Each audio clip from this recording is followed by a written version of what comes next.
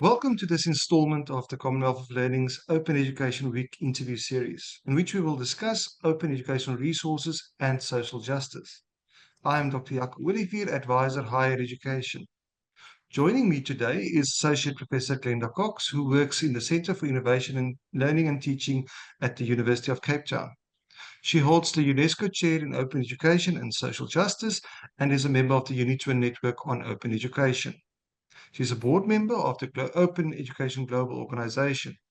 She's also on the editorial board of the International Journal of Students as partners, and she currently leads the Digital Open Textbook for Development, a .4D initiative. Welcome. First question. Within the context of increased use of generative artificial intelligence and the reality of the digital divide in the Commonwealth, what affordances would open education have for social justice? Thank you, Jako. Well, there is no doubt that the arrival of generative AI has changed education, and it comes with challenges and opportunities. Most certainly, for generative AI to work in its best, it needs good infrastructure, good education, and good skills. And because of that, it seems that it will most benefit medium-income countries and higher-income countries, and that, in fact, countries that are lower income, that don't have those infrastructures, skills and education, will in fact be left behind. And I do think that AI is a threat to the digital divide, and has the potential to certainly increase that divide. And this is, I do believe, is what happens with new technologies coming in. This is not a new moment in time necessarily where there's another tipping point where divides become clearer and bigger. And my message here is that we can talk about AI, and I will share one or two examples later on where there are positive aspects to it. But I think we must always be ongoing in our persistent pursuit of social justice. Social justice and open education are consistent values. Social justice is a consistent value of the open education movement, and we need to keep pressing forward to make sure that social justice principles are there as much as possible. Whether we're looking at AI or not in terms of technology. And those social justice principles are difficult to attain. We know that there's so much injustice, but we know that the fundamental principle around social justice is that everyone can participate equally. And especially when we're thinking about something like education. So this participatory parity that the political philosopher Nancy Fraser talks about is what we're striving towards. And in our case, specifically, it's about education. We want everyone to be able to have those opportunities to be educated and be part of education systems. And that's always been the argument with open education, that it opens the doors for access for so many students and so many people across the world to good quality educational materials. And so that availability of OER means that anyone can access those educational materials and they can adapt them to their local context free of charge. It encourages creativity, it encourages collaboration and cooperation between teachers and students, and in so doing, democratizes education worldwide. So those fundamental open education principles around social justice are something that should be consistent, and we shouldn't stray from that path or be distracted by new technologies, but we should be hanging on to our core principles. And as the African theorist says, Akile Mbembe from the University of Witwatersrand in South Africa, a demand for justice begins with knowledge and its transmission. No, definitely. Thank you very much. I know yourself and your colleagues at the University of Cape Town have been in the forefront of innovations around open education. But I'd like to ask you, what do you think is the most exciting new development in terms of open education?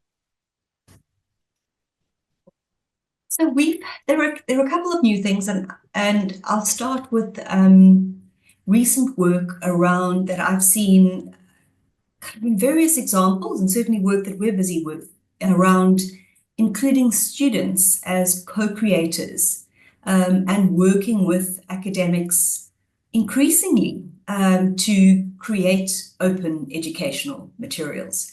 And this is so student partnerships, or students as partners, is a sort of mini field in its own. It has a lot of literature involved in it, and it has largely been focused on more generic kinds of relationships in the classroom, around working together to create curricula and working on curricula, working on assessment, co-teaching, etc. But what I'm talking about here is specifically students co-creating open education resources and chapters in open textbooks.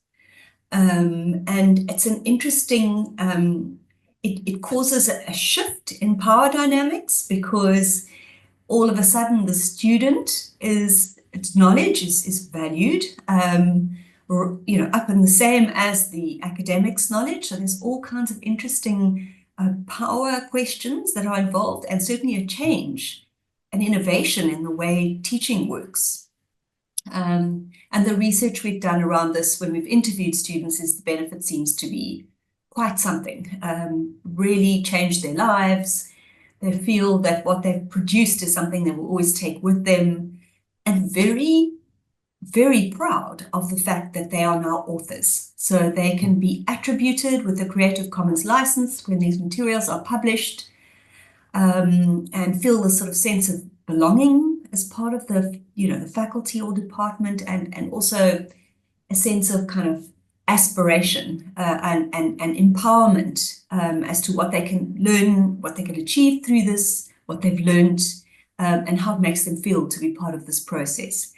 So I think co-creation is something that so when we talk about innovation, it doesn't always have to be the newest, coolest tool. It can be something that's been used somewhere else and is now used in a different context. And I think this kind of idea of formalizing this relationship with students to really bring them into co-creation, and include their lived realities and their stories, and make the material so much more relatable, and really make sense to them. So we're busy researching that at the moment, and getting together stories around student experiences of doing this work. So I think it's been happening for a while in open pedagogy and a lot of the work in BC Campus and so on, but this is kind of a more kind of formalized way of modeling and thinking about how we can include students in the process right to the end, to the publishing part, where they get the credit for actually being part of the process. So students as partners is certainly something that's exciting, but also there are exciting possibilities with AI. And one of the kind of dreams that we have in open education is that it would be so wonderful if all open education resources could be available in any language. So whoever you were, you wanted an open materials in one particular thing, but actually you're Spanish speaking, and you don't speak English at all. Now you have to try and translate. Wouldn't it be great if we could have those translations? And AI definitely seems to be able to enable this. And not only those sort of widely spoken languages. I've seen a lot of innovation and met one or two people from startups, for example, in Africa, who are translating into African languages. So it's not only widely spoken languages, but also smaller languages, where they're actually making little mini learning large language models and populating them with a particular small language. And that's also a very exciting way of keeping language going as well, especially when a language is only oral and not written. So I think that's really exciting, and there's lots of little ways that we're trying to push at that idea of finding ways of easily translating. And then the last sort of quick example is kind of a combination of those two. A lecturer in health science at the University of Cape Town who asked his students to use ChatGPT specifically to create open textbooks chapters in orthopedics. And it was part of a class task. So you had the students and the AI and the open kind of all together. And they created the chapters, they were checked by experts. He marked them, he assessed them on their interaction with the generative AI, not so much on the content, because that was what he wanted to see, was the process. So they're quite innovative things that we can do where we can cross over these different sections now. And yeah, so we're seeing those kinds of exciting new developments, and we're looking forward to more. Well, I think it's quite great to hear that both the student participation, but also bringing in different languages, you know, are new developments. And you know, I think from UCT side, you've done some great work. I can recall a publication where specifically it referred to bringing in postgraduate students in creating content. Just as a follow-up question, do you think undergraduate students could also be involved, or which levels do you think that makes a difference? So the students I was just referring to were third-year medical students. So they are not qualified medical students. And we've had the experience has been, we've had a range of different students, not only postgraduate students. And certainly, you know, the question of quality always comes up. So these are activities, and you know, this is part of their learning, part of the course. And so there would always be an expertise check at the end, as part of the, you know, assessment and so on. So there is a check there on quality. But yeah, we've had those for third years, so we do have undergraduates working in that space as well. Well, excellent.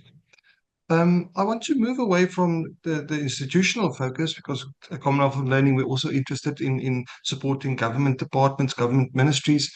In your mind, what would you recommend to Commonwealth governments in terms of open education and social justice?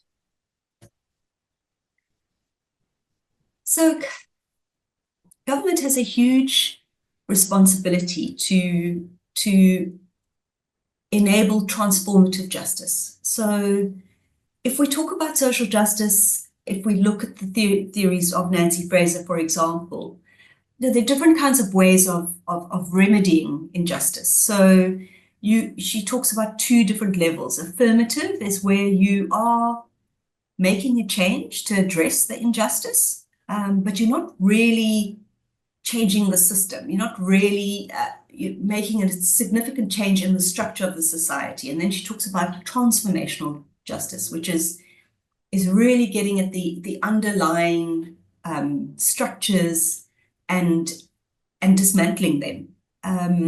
So when we talk, often, you know, there's a lot of speak about transformation, transforming knowledge, you know, transforming institutions. You know, if we have to use Fraser's idea of it, that really means dismantling current structures. It means it's not a small transformation. It is a big, substantial transformation. And that is often left up to government to really make that kind of difference. So even though we may try as higher education institutions to, you know, do smaller remedies, affirmative remedies, like a lot of the open education work is definitely making a difference, but it's not really completely changing the structures. You know, students as partners has a potential to change structures, but it's not doing that yet.